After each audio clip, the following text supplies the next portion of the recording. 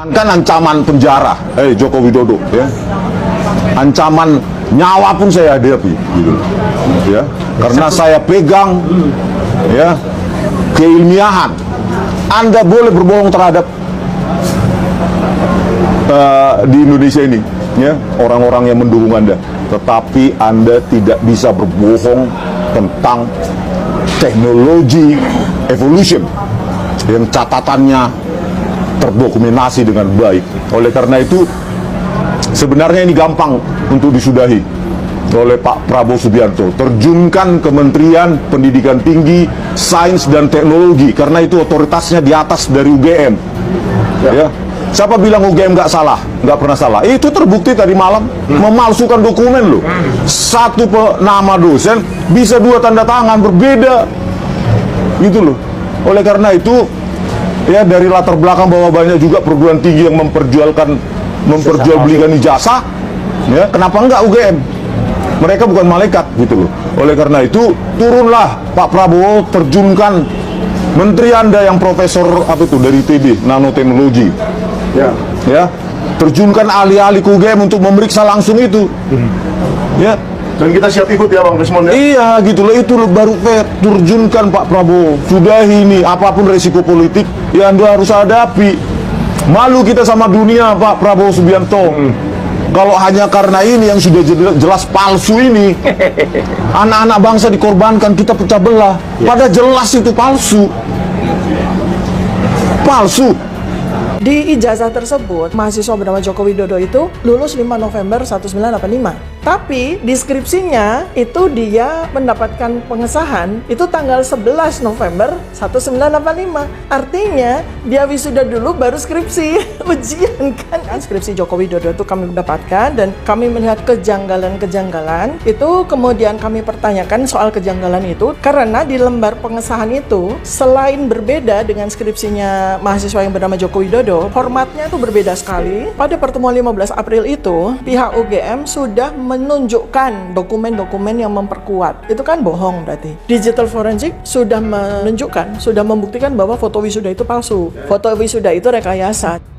Yang terlihat kelimpungan justru pihak Jokowi. Ada 15 orang dalam tim hukum yang disiapkan untuk menghadapi tudingan ijazah palsu Jokowi. Media Kompas bahkan menyebut Jokowi turun gunung untuk mengurus kasus ijazah palsu ini karena ada rencana dari pihak Jokowi untuk melaporkan 4 orang terkait tuduhan ini ya.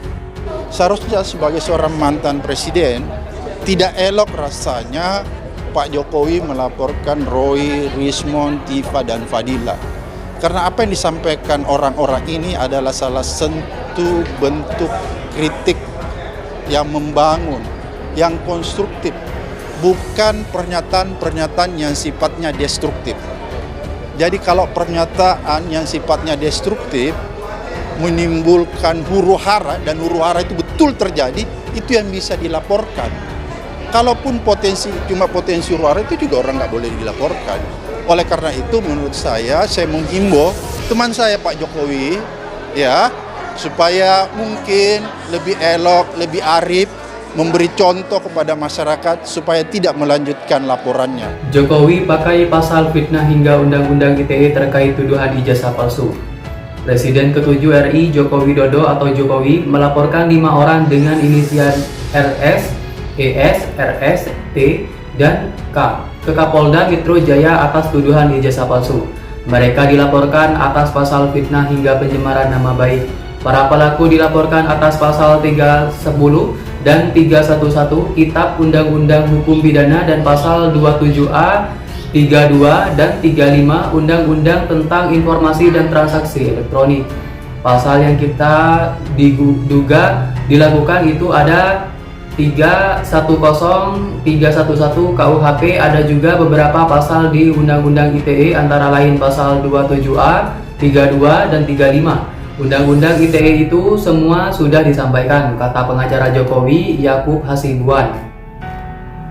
Yakub mengatakan pihak pengacara telah menyerahkan bukti-bukti dan video. Jokowi melaporkan sejumlah pihak dan menghormati kinerja penyidik.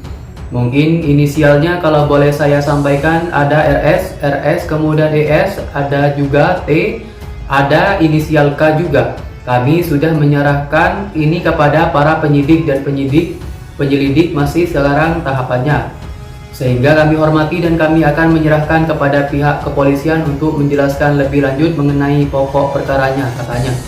Pengacara Jokowi lainnya, Rifai Kusuma Negara, menjelaskan detail pasal yang diadukan.